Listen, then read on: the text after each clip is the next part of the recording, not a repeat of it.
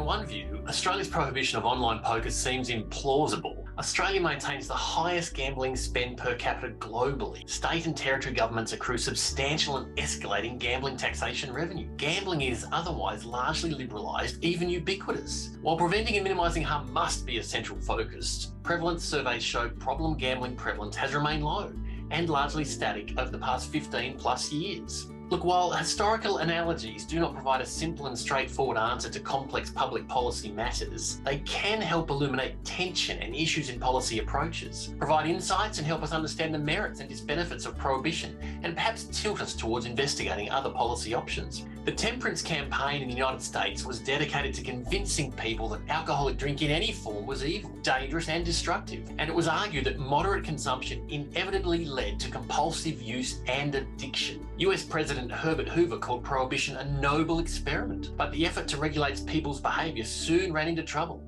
Enforcement of prohibition became very difficult, complicated by the corrupting influence of the enormous sums of money being exchanged. For over a decade, the law that was meant to foster temperance instead fostered intemperance and excess. Demand doesn't simply disappear, and the marvel of human nature means consumption continues, albeit through creative, circuitous, and often unlawful routes. Notwithstanding these difficulties, prohibition may be justified to respond to the most severe risks or curb the most offensive behaviour. I'm just not sure that online poker meets this threshold. I'm Paul Newson, I'm a principal at Senet Advisory, and I'm looking forward to talking about the awkward fiction of Australia's online poker prohibition at IAGR Melbourne, unpacking the merits and disbenefits of prohibition, what policy outcomes is it said to be advancing, and is it effective? What are the alternatives and why not regulate? I hope to see you at IAGR Melbourne 2022.